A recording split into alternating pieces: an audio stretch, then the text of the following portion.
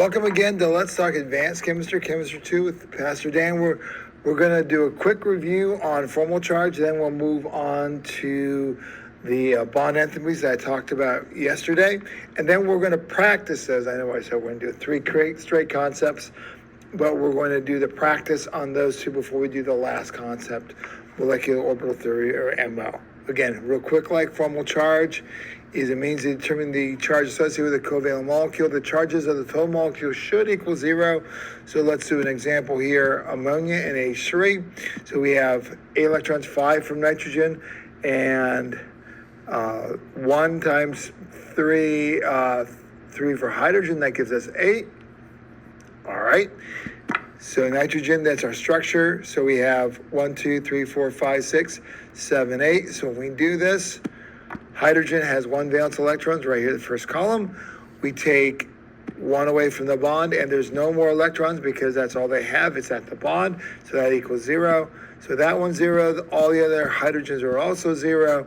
Now for ammonia, we have 5 valence electrons. 1, 2, 3, 4, 5. Right here is nitrogen. Take away 1 for the bond, 3 for the bond rather, sorry.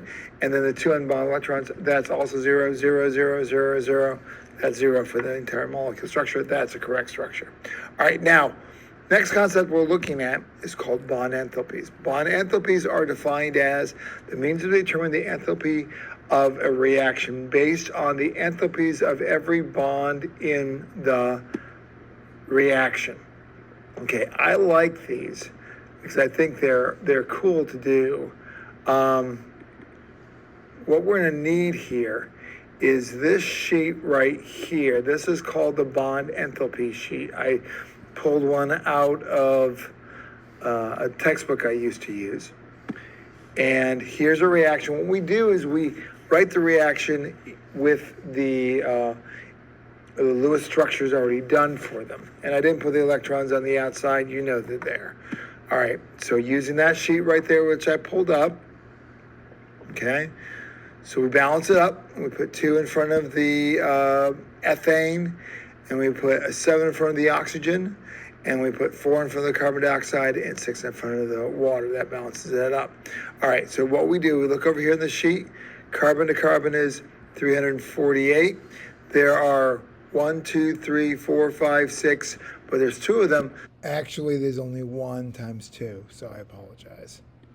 That's going to be, oh, sorry, that's carbon to carbon bond. There's 2 of them because there's only 1 bond, the 2 out front. And then there's 413, that's carbon to hydrogen. There's 12 because it's 6 normally, but the 2 out front. And then the oxygen, if you look at the sheet right here, oxygen is 495. And then because it's 7 out front, we multiply by 7. Now, when we go to the product side, we're going to subtract because that energy is being used up. Carbon double bonded to oxygen is right here. Carbon double bond oxygen, 799. And we're going to subtract that. We multiply that by 8 because it's 2 bonds times 4. And then hydrogen, oxygen, 463. And there's 12 of them. So when you multiply those all through, we're not worrying about sig figs here because it just is what it is. So we end up with 696, 4,956, 3,465. Then we'll subtract 6,392 and subtract 5,556. We end up with a negative. Remember, negative means as exothermic. The reaction is releasing energy. Units here are kilojoules per mole. All right, let's try another one. That's our answer. All right, in this one, balancing it up. Here we go. All right. Now pause it. Look at the chart here. Oh, let's grab that. Look at the chart here.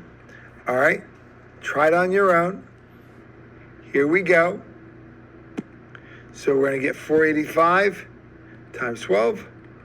We're going to get 2 values, a double bond and a single bond, and they're on there.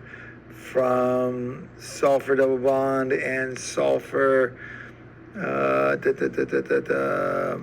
sulfur to oxygen, I think. I don't have it on there. That 245 I found from someplace else. I apologize. No, that's silicon.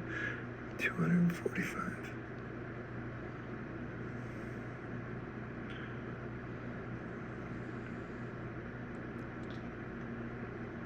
It's in there. I know it is. Oh, well. And multiply them through. Okay. Subtract away. 327 times 12. There we go. And we end up with those values. And we end up with that. Kilojoules per mole. All right. That's it. We're looking at molecular orbital theory next. And then we'll practice those. Hopefully not too bad. Take care. God bless. Bye.